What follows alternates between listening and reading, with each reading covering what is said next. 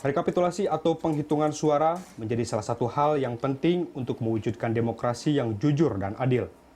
Di tengah-tengah dua kandidat pasangan Capres dan Cawapres yang masing-masing mengklaim kemenangan, rekapitulasi suara Pilpres secara manual versi KPU ditunggu semua pihak. Kenyataannya, sejumlah indikasi kecurangan justru ditemukan di sejumlah daerah, terutama untuk hal dugaan pemalsuan formulir C1. Kesalahan lainnya seperti jumlah surat suara tidak sesuai dengan daftar pemilih tetap mewarnai dinamika Pilpres tahun ini. Kenyataan itu juga yang menyebabkan sejumlah pihak khawatir dan memaksa mereka mengawal rekapitulasi yang dijadwalkan selesai pada pekan depan. Komisi Pemilihan Umum selaku penyelenggara pemilu presiden berkomitmen untuk profesional dan mengevaluasi semua tahapan sesuai dengan ketentuan yang berlaku. Ucapan terima kasih kepada seluruh warga di Jawa Timur, kepada seluruh simpatisan, kepada seluruh kader, kepada seluruh relawan yang telah membantu kita dalam pemilihan presiden yang 9 Juli yang lalu. Dan yang kedua, ya kita ini ingin memantau, ingin ikut melihat hasil perhitungannya seperti apa. Tetapi tadi setelah kita lihat ya, dengan yang quick count nggak ada perubahan sama sekali. Bagaimana hasil evaluasi KPU sampai tahap rekapitulasi yang memasuki tingkat kota kabupaten? Bagaimana juga hasil temuan tim pemenangan masing-masing pasangan di lapangan terhadap potensi penyelewengan suara? Dan bagaimana cara mereka mengawal suara yang diberikan para pemilih sampai ditetapkan secara nasional pada pekan depan? Ya, dan pemirsa, untuk mengetahui evaluasi dan pengawalan tahap rekapitulasi suara Pilpres sudah hadir di studio narasumber kami dari tim pemenangan Jokowi JK, Marwan Jafar, dan kita juga masih terus berusaha menghubungi komisioner KPU. Ya, saya langsung ke Pak Marwan. Pak Marwan, yang sudah dilakukan oleh tim ses Jokowi JK ini bisa dikatakan adalah melakukan pengawalan penghitungan suara, begitu ya. Sudah dilakukan apa saja nih, Pak? Ya, yang pertama tentu kita mengawal seluruh Indonesia dan kita mulai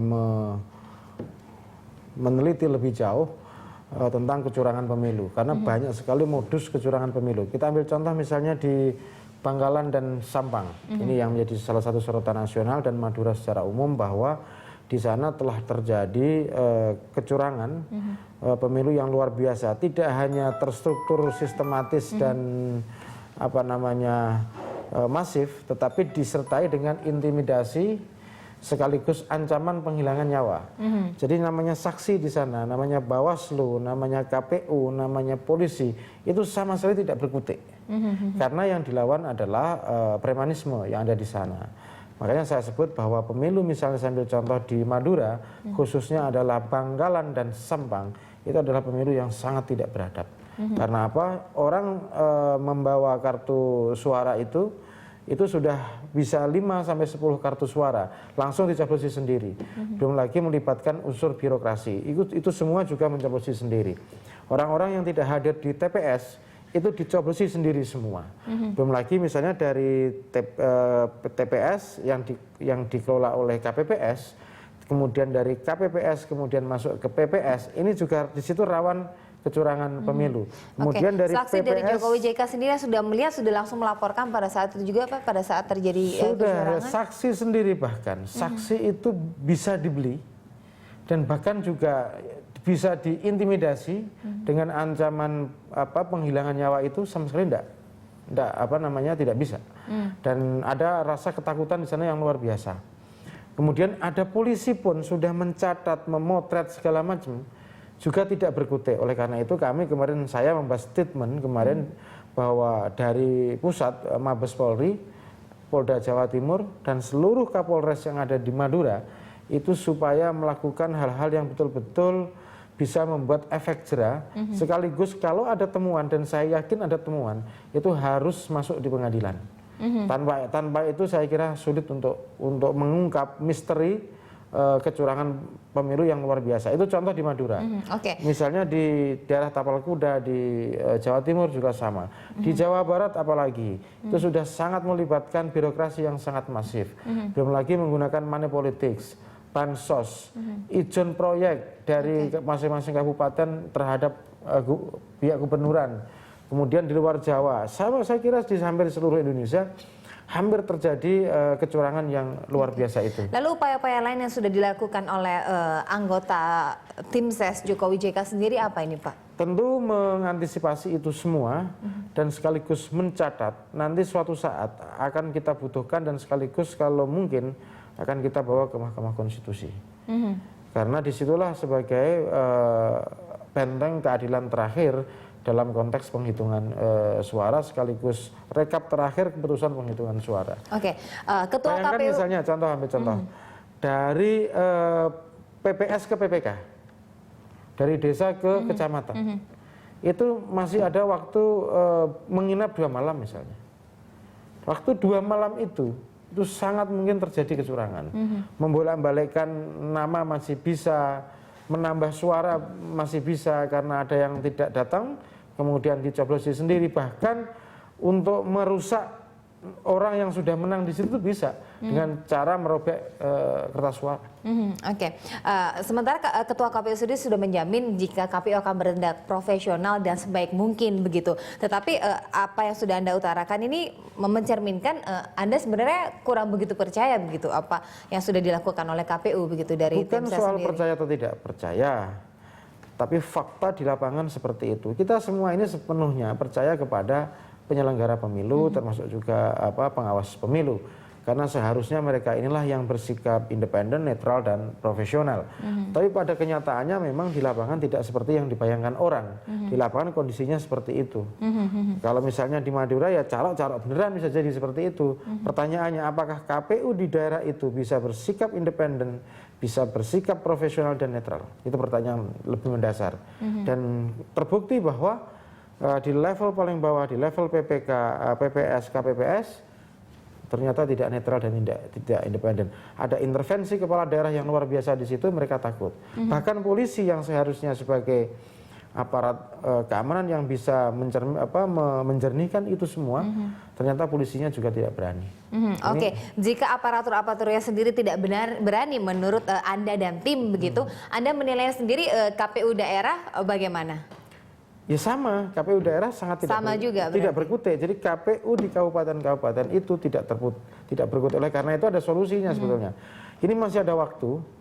KPK kemarin siap untuk memantau di lapangan dan bahkan menyelidiki.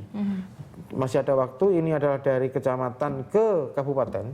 Sangat mungkin di kabupaten karena ada waktu 2 hari jeda, ini sangat mungkin terjadi manipulasi suara juga. Oleh karena itu KPK jika serius untuk mengusut ini harus menurunkan timnya di daerah tersebut, mengawasi sedemikian rupa, mengusut secara tuntas dan sekaligus menyelidiki jika ada misalnya aparat penyelenggara pemilu sekaligus juga pengawas pemilu, jika ada main-main langsung bisa menangkap di sana. Oke, berbicara tentang Panwaslu sendiri, Anda dan tim seberapa percaya nih dengan Panwaslu dan apa yang sudah dilakukan ke Panwaslu? Sudahkah melaporkan dan bagaimana tanggapannya Pak?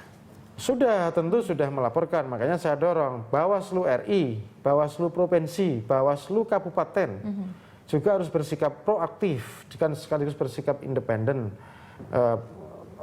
tegas dan profesional.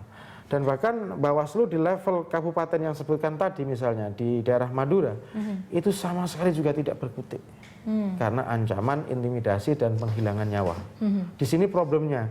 Memang saya sebut bahwa pemilu di Madura adalah pemilu yang sangat tidak beradab dan mencederai demokrasi. Oleh karena itu ke depan mestinya ini sebagai pengalaman kita semua, meskipun pileg yang lalu juga begitu, kita semua tahu bahwa di sana ada pencoblosan yang dilakukan oleh kelompok-kelompok tertentu. Pilgub juga kemarin juga sama, Pilbub juga sama.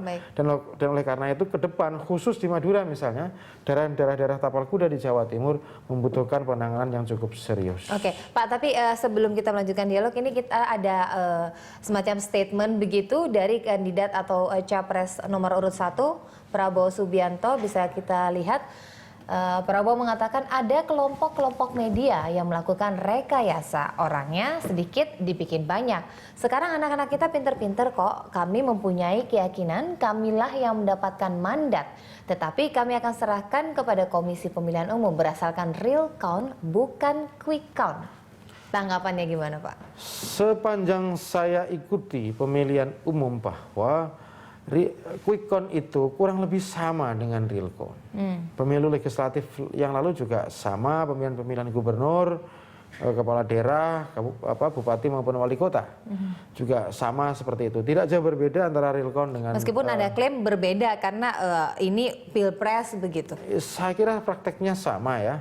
Karena juga menggunakan metodologi-metodologi tertentu yang itu bisa dipertanggungjawabkan secara ilmiah maupun akademis.